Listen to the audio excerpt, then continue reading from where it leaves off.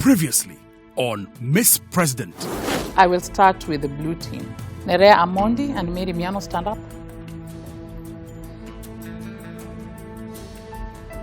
Mary Miano, we are sorry we'll have to let you leave the academy, but we are proud of who you've become, the change that you've given to the other ladies. We would like you to continue with that initiative. Green team, Mustard Seed, Halima Garat and Linda Kamau.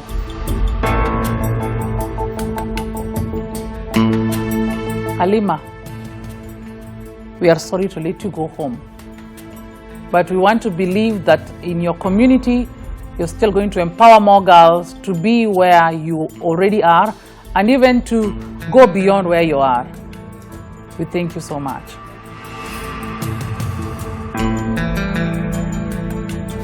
Yellow team, Apetet Jane and Vivian Ta. Vivian Ta, you are in the fashion industry.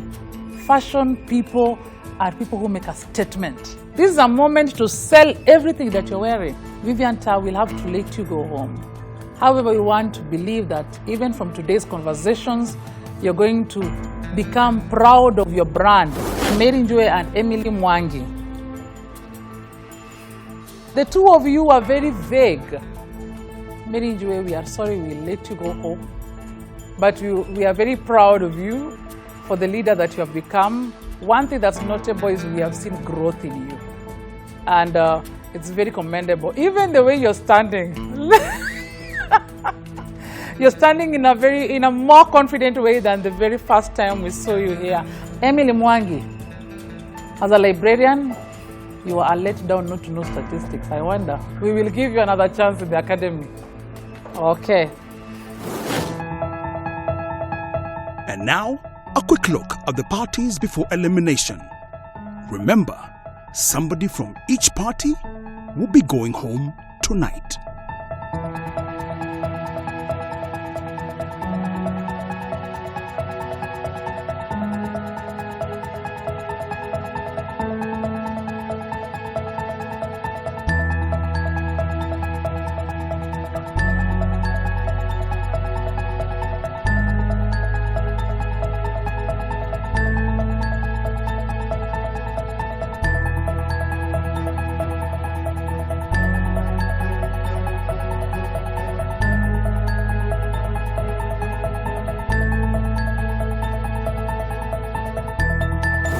"28 contestants in the house. 28.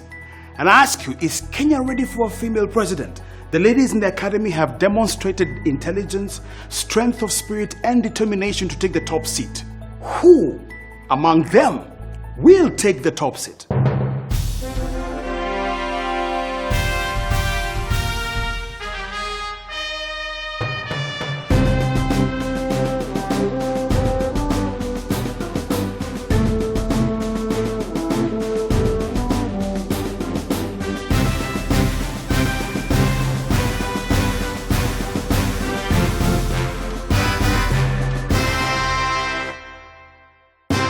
Over 1,000 applications were received from all over Kenya, and from these, 70 contestants were shortlisted. After a series of auditions, 40 women were selected, and they are battling it out at the academy, where they are going through a process of training, tasks, challenges, problem-solving activities, presentations, and eliminations to eventually be elected Miss President. The candidates are divided into 4 groups, as leadership doesn't work in a vacuum. Leaders are required to work with people from all walks of life. While working within these groups, the contestants will be tested on their ability to lead or work as a team. You can be sure that at every stage of this competition, you will be at the edge of your seat as these capable women try to convince the judges and you at home why they should make it to the next stage of the competition. Here are the counties that are represented by the remaining contestants.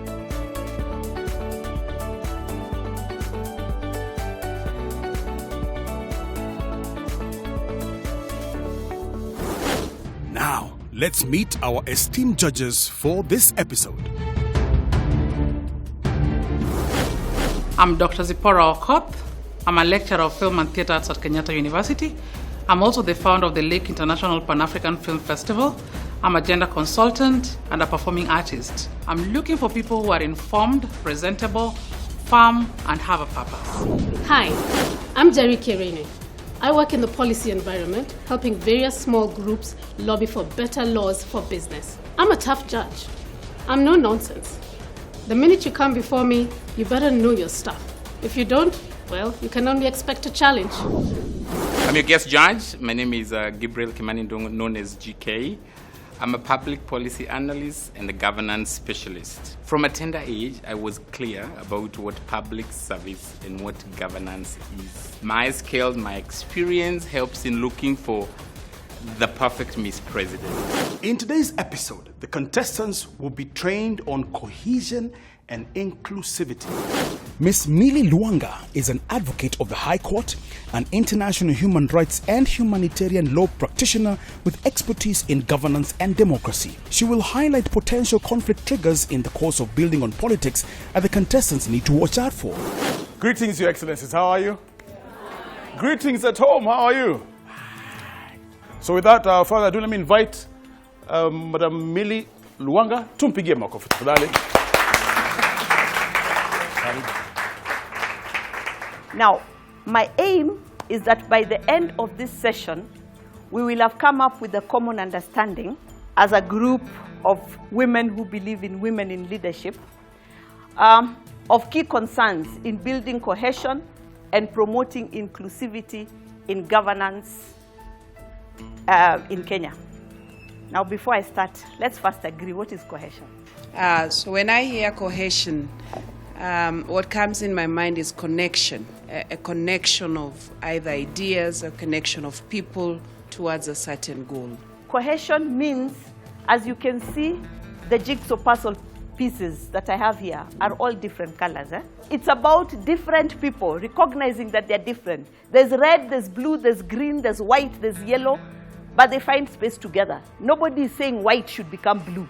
So cohesion is about recognizing that we are different, but at the same time, we must find a place to all live together. Now, the Constitution in the preamble, it says, proud of our ethnic, cultural, and religious diversity. The Constitution recognizes that. Then, we are proud of it, and the preamble says proud.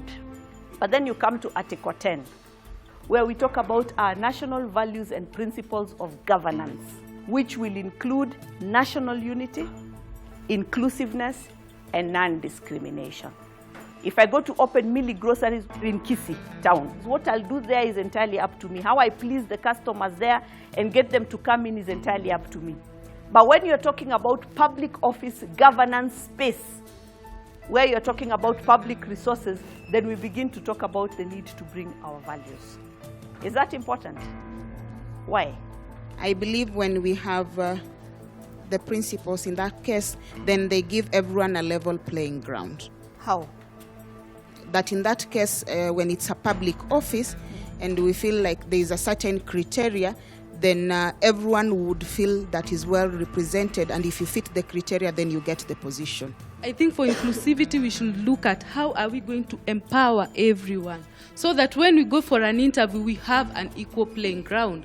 Because you won't employ someone who's not qualified just because they come from a given community. Great. Now, another key constitutional principle is the one on Article 27, non-discrimination by state and non-state actors on these issues, which is again further trying to ensure that what we are proud of, that diversity, is protected. Then Article 47, which is fair administrative action. What is key about fair administrative action? I think fair administrative action is where you are given opportunity to be able to defend yourself in terms of maybe if you've been accused of something, you also have an opportunity to be heard before you are judged. Fair administrative action is those executive functions that must be done, leave alone how it will proceed in court, but how things will be administered. How do you release funds? How do you determine which areas are going to get these amounts and that amount? It must be done in a fair manner. Then the last article in the Constitution that I want you to think about, another one that you can't ignore, is Article 100, which provides for promotion of the representation of marginalized groups. In thinking about these people, you must think about certain things. That is equality, respect, diversity, justice, tolerance. What happens if you don't include everybody? So when you neglect the people and they feel that they are undervalued, they become indifferent about the system, they lose confidence in the government, they lack confidence in the system. And then even we have the issue in Mombasa some while back, because they felt that they were marginalized, they formed their own government, in quotes. And as a president, when you forget the challenges that we mentioned, that sometimes people feel excluded when resources are being sought, whether it is education, whether it is work opportunity, whether it is sharing the cake in as far as services is concerned, then there's disquiet, and then you cannot have peace and unity. You will have Pwani Si Kenya arising. You will have people becoming prone to being radicalized. You will be dealing with quelling Dusit and other attacks. Are you getting? So it's important for us to think about these issues as we continue to think about ethnicity and the role they play and the reality within which we work. Looking back at us as Kenya, where we have come from, conversations around cohesion, inclusivity have been with us as long as the conversation around constitution. We've talked forever. How do you think we are doing as a country? And what is it that can we do differently so that the conversations we have going forward does not have to be the same thing we talk about every day? At one point, it was almost taboo for people to talk about issues of ethnicity. It's a difficult conversation to change suddenly. So it's important for us to note that these are culture changes that will take time. And the fact that we are having that conversation, the fact that today you can hear somebody from northeastern Kenya question the extent to which a northeasterner can claim marginalization, means that we are continuously talking about our ethnicity, and we are going to get there eventually, if you come up with good programs as president. Thank you very much for your attention. Today's training personally was one of my best sessions in this Miss President Leadership Challenge, because everything we talk about, ethnicity, issues on diversity and inclusivity, and applying them from my perspective as a leader, and then merging and connecting it to the Constitution was powerful. People need to internalize these values and put in implementation, and then the enforcement agencies like National Cohesion and Integration Commission now needs to check on whether those things are achieved or not achieved and what is not being done. Quite a good topic, because we all come from different parts of the country and we are learning to live together and to work together as teams. Over 1,000 applications were received from all over Kenya, and from these, 70 contestants were shortlisted. After a series of auditions, 40 women were selected, and they are battling it out at the academy, where they are going through a process of training, tasks, challenges, problem-solving activities, presentations, and eliminations to eventually be elected Miss President. The candidates are divided into 4 groups, as leadership doesn't work in a vacuum. Leaders are required to work with people from all walks of life. While working within these groups, the contestants will be tested on their ability to lead or work as a team. You can be sure that at every stage of this competition, you will be at the edge of your seat as these capable women try to convince the judges and you at home why they should make it to the next stage of the competition. Here are the counties that are represented by the remaining contestants.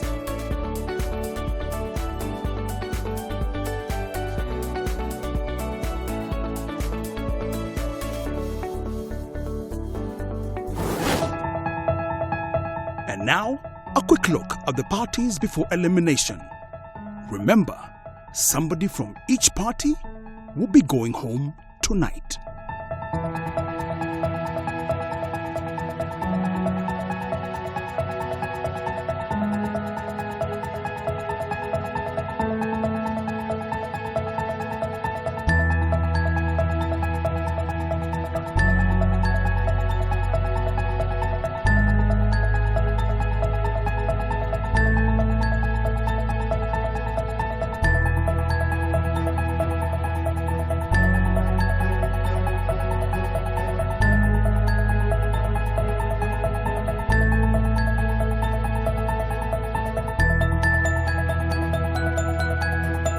Mwalimu karibu.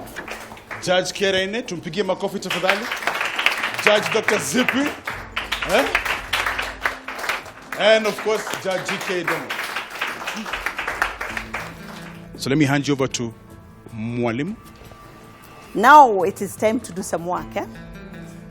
The rule is this, that each group must first have a chair.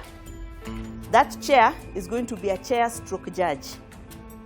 Then you're going to choose one person to be pro the debate and another person to be against the debate topic.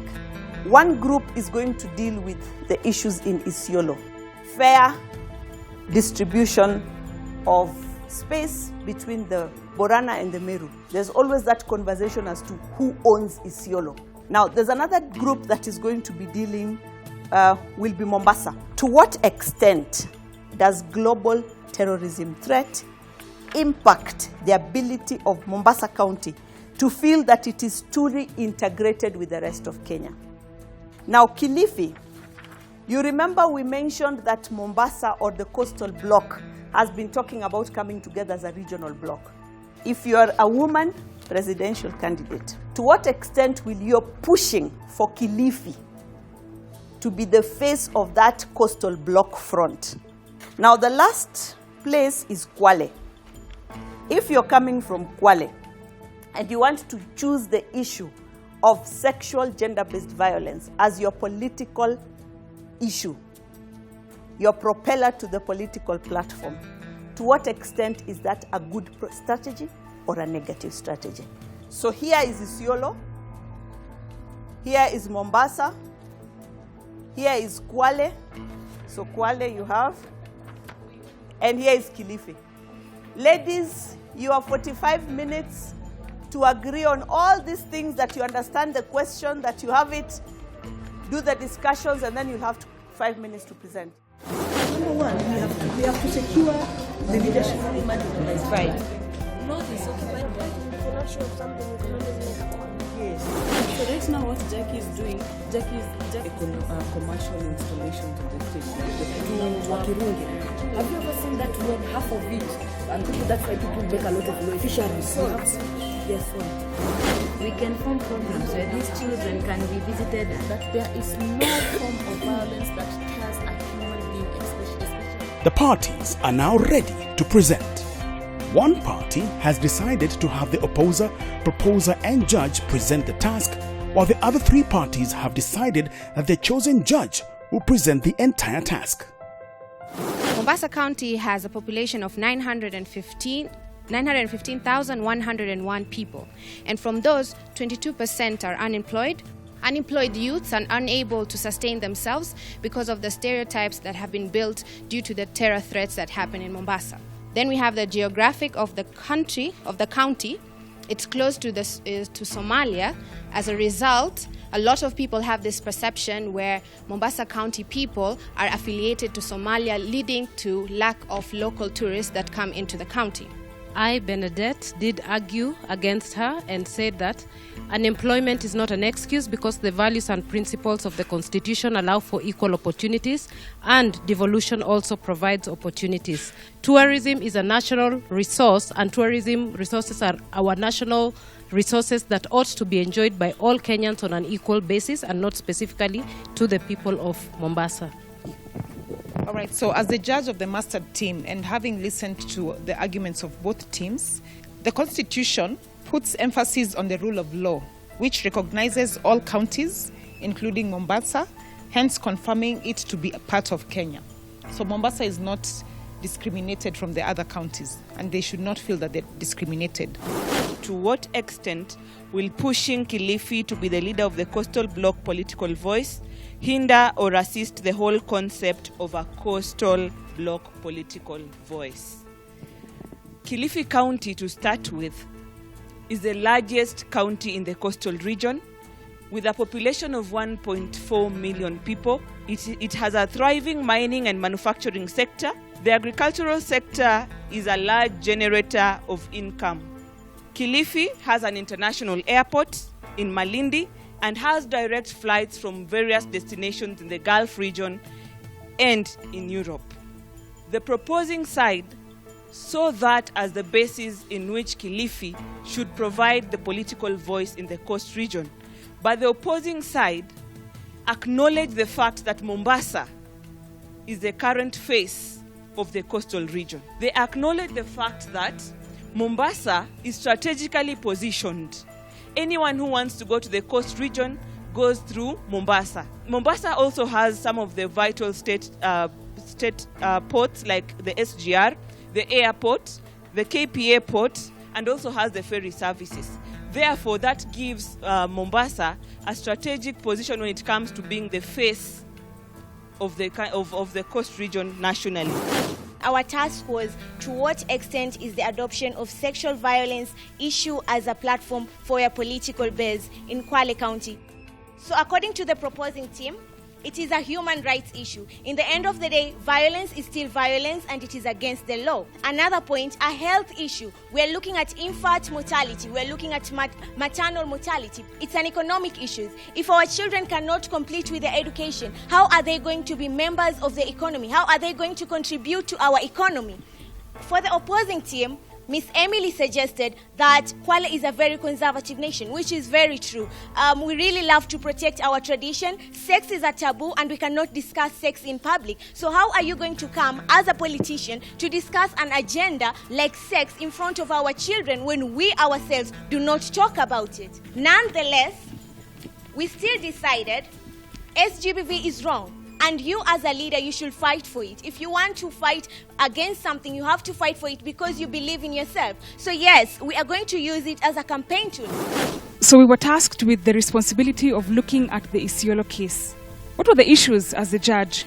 Unfair distribution of administrative positions between the Merus and the Boranas. But why is it that the issue here is between the Meru and the Borana? They have had a long-standing dispute between these two communities with respect to issues of numbers. The Boranas are the most in terms of numbers. The Merus are the second in terms of numbers. The key problem here is not necessarily the governance structures. It is mostly a perspective. It is mostly an attitude. There's also an issue of clanism that comes in. What then are the solutions and strategies that I as president and we as our group discussed? Affirmative action for the marginalized communities.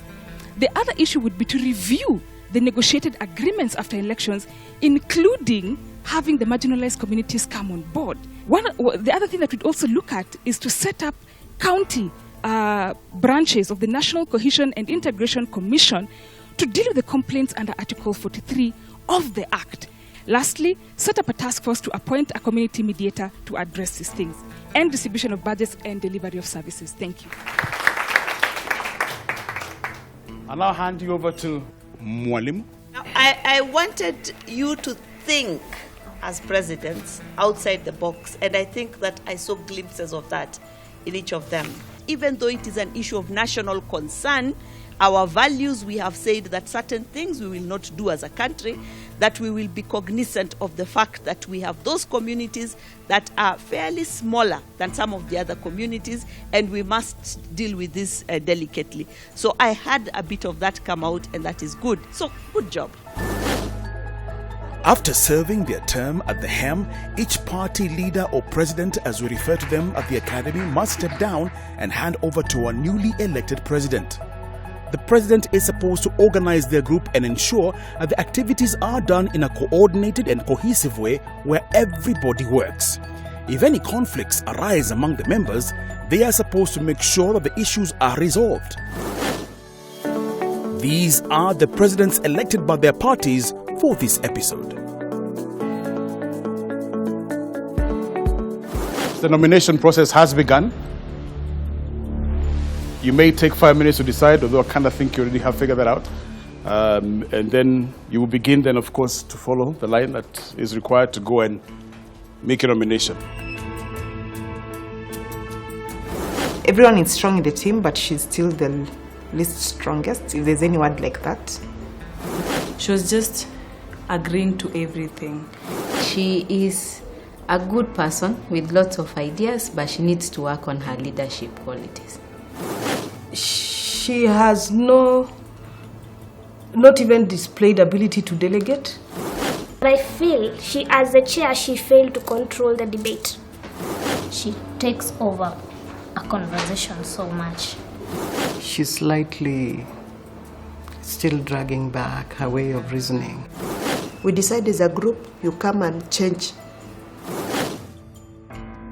The contestants have finished the nomination. Who did they nominate? Who will the judges pick? Who will go home? Let's hear what the judges have to say. I'm now joined by the judges of Miss President. Dr. Zip, it's good to see you. Our new judge, G.K. Dongo, it's good to have you. And of course, Honorable Kerene. Let me start with you. Your thoughts? The discussion on national cohesion is another huge topic. You know, it's a big problem we're having in this country. Where, how do we bring together 43 tribes? What should we be considering? Is it regional balance? Or should we be considering things like representation in certain places? The contestants were now looking at other people's stories. You know, as much as we were challenging our contestants to look at leadership from their context, but on a national level, they need to start thinking about other people in other counties, think about different regions, culture, how do they live, what are the issues of conflict, and how do you bring that together? And even though we don't have an answer, but the challenge goes back to the leadership of the future. What do we do about these 44 tribes? Judge GK, your thoughts? Some of the things I observe is, women with confidence, which is a good trait for someone who is aspiring to be a leader. And presentation, the poise is good, they are being able to articulate, their thoughts. And of course, you're competing to be the president, you need to have a diversity in terms of the things that you understand. That was good. So expecting as it progresses, and with this coaching, you will see women who sort of realize their potential, within them, and then they can offer this leadership we've been looking for. We'll get there. Your thoughts, Dr. I think quite a number of personalities are conflicted. People don't know whether to be their real self or to go on with the character they had started transforming into. And you can see it in the people who in their groups they were believed to be strong, and then people made them shut down. However, one thing that's very positive is people, when they're given assignments, they're thinking outside the box. They are already putting in their minds and thoughts and opinions into their ideas, not just doing research. Yes, and at least that one was something very positive we noted today. How many will go, how many will stay? That is the question. When you come back, you will find out. Stay with us. Over 1,000 applications were received from all over Kenya, and from these, 70 contestants were shortlisted. After a series of auditions, 40 women were selected, and they are battling it out at the academy, where they are going through a process of training, tasks, challenges, problem-solving activities, presentations, and eliminations to eventually be elected Miss President. The candidates are divided into 4 groups, as leadership doesn't work in a vacuum. Leaders are required to work with people from all walks of life. While working within these groups, the contestants will be tested on their ability to lead or work as a team. You can be sure that at every stage of this competition, you will be at the edge of your seat as these capable women try to convince the judges and you at home why they should make it to the next stage of the competition. Here are the counties that are represented by the remaining contestants.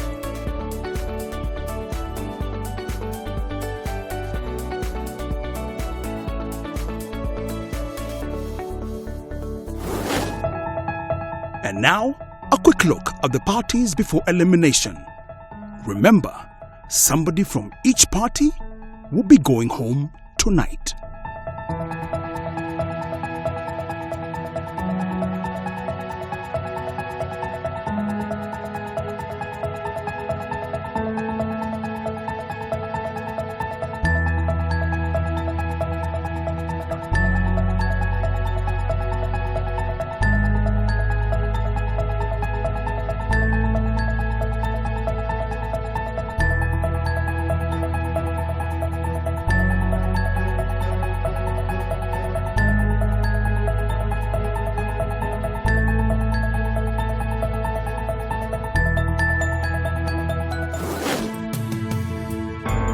We have come to that moment when 4 people will be going home.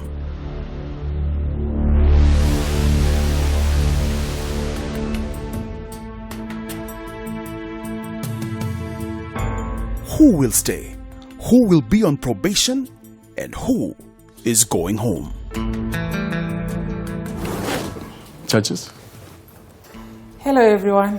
Hi. We are very glad because the search for the ultimate Miss President gets nearer and nearer with each episode. I'll now hand over to Honorable Miss Njeri. How are you, ladies? So I shall begin by calling some of you forward, and as we have done before, you just come and sit at the front. Could Harun Mohammed please come forward? Juliet Mapenzi, please come forward.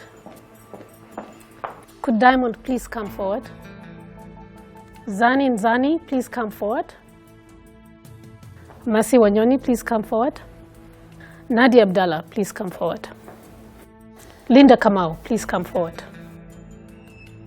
And finally, Angela Mwihaki, please come forward. So I'll begin by asking some questions, and if you could keep your answers short and succinct.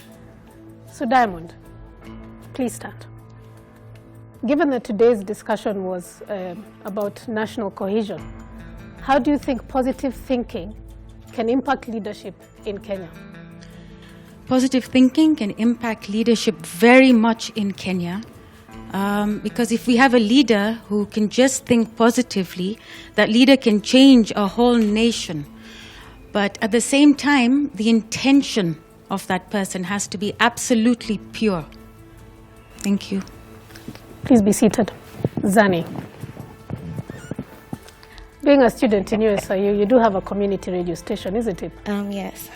How do you think that you can use that tool to promote what you're doing with FGM? Well, I believe as media, it provides us with the power of information, and that is the first step to creating social change. So it will enable our listeners to understand and make FGM a national concern, not only a community-based concern, and we will be able to transform information about FGM all over Kenya. I will now hand over to my colleague, Honorable GK. Could you tell us what's your understanding about alternative dispute resolution mechanism? Most of the cases cannot be solved at the courts. Ukiangalia mfano kesi ambazo zinahusiana watu ambao wametoka kwa familia moja ama kwa kijiji kimoja, sana sana ni vizuri kutumia alternative dispute resolution kwa sababu kuna mbinu mbadala ya kuweza kusuluhisha hiyo migogoro. Pia zinatusaidia kutujenga sisi kama maofisa wa kiserikali tuweze kuishi vizuri na tuhakikishe kuna peaceful coexistence katika vijiji vyetu ama katika nchi yetu kwa ujumla. Thank you. Asante. The next question is to Harun Omukher. What would be your proposal to bring economic development inequality when you think of marginalized counties? What would you propose to do? What would be your action plan? The first thing would be just to get rid of negotiated democracy, because that's where we are losing so many people, especially women in our places are not seen in power, because negotiated democracy demands men to be on the front line, and for you to be a woman to even come out or be endorsed by the community, they have to look at your education status, your marital status, and then the youth also lose out in such opportunities. So we have to first change our leadership and then now make use of the resources that are being devolved and start channeling them in the right way. So basically I would just say it's on leadership. Thank you very much. And now I go to the Mustard Seed Party. Nadia, please come forward. One of the things you champion is human rights. How does your experience lend to the conversation we've had today? Mental health actually affects a lot of the youth in Mombasa, and as a result, they end up being very idle. So what I do personally, I reach out to them and come into small groups and mentor them, where each day I kind of reflect on something good that has happened to me and showcase it on a journal. So that's how I train them how to do it. And after the 13 days, your mental health and stability tends to gradually improve. And after that, you kind of get some self-love and self-confidence in yourself. Thank you. Please be seated. Linda, if you could please come forward. So you're in agribusiness? Yes. Just explain to me a little bit about how you use the tools you have developed to help farmers get to the point where they make maximum yield. I'm actually trained in ICT, it's in information technology. So what we do, we have a forum where we use, it's normally like information sharing. So I use my education where we can share information, and we just share with the farmers that are close to me. To look for solutions that are not normally marketed because they don't have any financial gain. Okay. Yes. Thank you. Please be seated. Mercy, if you could come forward, please. Mercy. Yes. Climate change is real. It is. And climate variability is real as well. Yes. So if you could, share with us, the type of livelihood programs that you would come up with, in terms of intervention at the community level, especially where climate variability is, it's too adverse. What I've done practically, and I would want to relate with, is that we've seen how best we can get to save our rivers and to see how that impacts. So we resorted to growing indigenous trees in the area that I come from, and this was done by the locals. And looking at it that we are doing an economic empowerment for the locals that we are with. We get to our caregivers. We picked some seedlings, we grew them, and we had a target. They would then sell to other people, economically empowering them, and also being able to keep our rivers. Miss Angela Mwihaki. Yes. There is an ongoing debate in the country about an upcoming referendum, whether it will happen or not. That's something we may not determine. Right. But I would like to hear your perspective in terms of what would you do to make sure that the questions that will be, in the referendum or the process is citizen-driven. And like the way, things are going so far, it looks like the politicians are, pretty much running with it. It looks like they're defining the agenda. So the first thing is to create a platform where we disseminate. First of all, hii referendum ni nini? Then we talk about what are the topics that we need to look at. So they understand when there's a referendum, you're now talking about reviewing the constitution. Which one? This one of 2010. What is it we want to review? So that we create a platform, one, create awareness, two, also get public participation. And from media, you start with simple questions. On social media, you activate and say, if you are asked about the constitution, what do you know? What would you like to see changed? That we're not just talking about the executive. So what we need to do is raise awareness. That's what I would do. Thank you. Thank you very much. Those are very good responses. I'll start with the red team. Diamond, Jamal, and Zani. Diamond, you lost control of your group too as a leader. You were not giving everybody an equal and fair hearing. You felt that you were leaning to the people closest to you. And despite that, your answer today has not given us enough reason to keep you in the house. And for that reason, we will have to let you go. But the one thing I must commend you for, I think in the last few weeks, you are very open to criticism even from the beginning. And for that, we really commend you. Thank you, Diamond. Zani, I need you to up your game. We are not looking for presenters. We are looking for leaders who can contribute into policy making, okay? You have another chance in the academy. The green team, Lina Kamau and Nadia Abdallah. Nadia Abdallah, you're very passionate about what you do. However, we also want you to broaden your mind beyond your scope of thinking. And the only other way, in fact, the easiest way to broaden your mind is to learn to listen to others, because they are all from different sectors. So if you listen to them, you'll be able to learn a lot from them by the time Ms. President ends. So we will allow you back into the house so that you can learn more. Linda Kamau, it is not hard to tell that you're very passionate about agribusiness, in fact, more than ICT. But we want you to take agribusiness to another level. Yeah. What I would like you to take in from the house is how to bring people together and how to keep them together. Everything starts at such a level where you are in right now, and you never know. Thank you so much. Yellow team, Mercy Wanyonyi and Angela Mwihaki. So, Matthew Wanyonyi, we are very proud for this far you have come in the show. And even in your initiatives that you're doing in Busia County, we want to believe that you are going to prosper more than you are right now. The one thing we loved about you in the house is your patience. It may have been a weakness. It may have been one of the things that made you to be leaving the house right now. But the other reason why you may be leaving the house is because the other team players within your group were very strong. However, it does not mean that you are not strong enough. You are a great leader in your own capacity, and we believe that you're really going to create a lot of change for your work in Busia and even Kenya at large. Thank you so much. Angela Mwihaki. Angela, you have another chance in the house. Your voice has saved you. Juliet Mapenzi and Harun Omolher. Harun Omolher, your answer today was quite deep.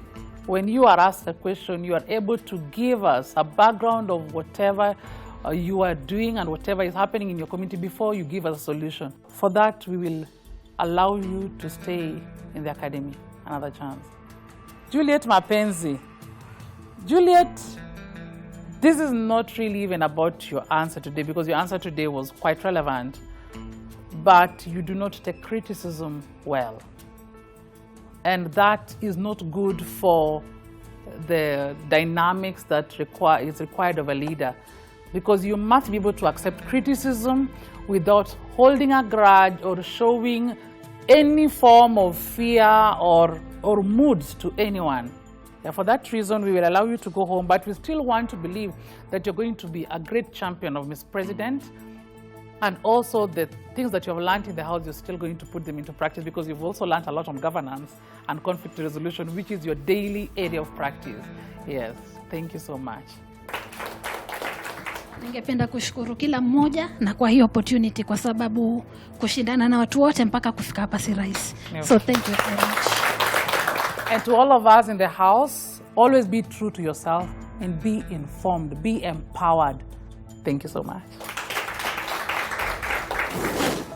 Yeah, it's been quite a lot I've learned from this, and I'm going back feeling a lot of transformation. And of my much interest is, I think it's now my own self-assessment, daily, weekly, of the areas of improvement in my influence model of leadership. Honestly, I would wake up laughing at myself every day how I've reached this far. So I'm happy. I've made so many good friends and I've learned so much. So that's the main thing. This is a very important thing for me because I've met people who are doing big things. Even though not all of them are being highlighted here, these are women who are doing great things. I've been very inspired and I feel like I'm doing something so small. My mind has been broadened, and for that I'm grateful. The main thing I'll improve on is voicing out my opinion more, because as a leader you have to voice it out. It doesn't matter whether you are with your elders there, people older than you, people more successful than you.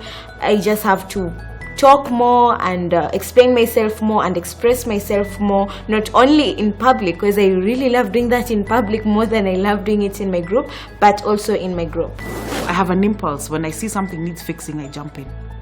And I've just realized that sometimes it could be taken for you trying to be bossy or trying to take over things. Well, maybe my intention is to just make sure that things flow. So I have to really recalibrate how I think and how I do things. I have a very strong personality and I'm extremely passionate of the things that I do. Sometimes I tend to come out very strong, and I don't do it intentionally, but sometimes I don't listen. So it's like a drive, because I am so passionate, so I get driven so much to the point that I shut down people's opinions. So I have to work on that. I think I really needed it, because as the judges said, I need to not feel like I should lower my voice, especially when I'm at the table. I have to speak up and I have to put my opinion at the right time, especially when the discussion is going on, and not wait to voice mine at the end of the discussion. So yeah. After a busy and highly charged day at the academy, it's time to take a breather. For some, probation calls for a meeting with self in order to assess or change strategies so as to remain in the competition. For others, the tears and goodbyes to newfound friends will close the day.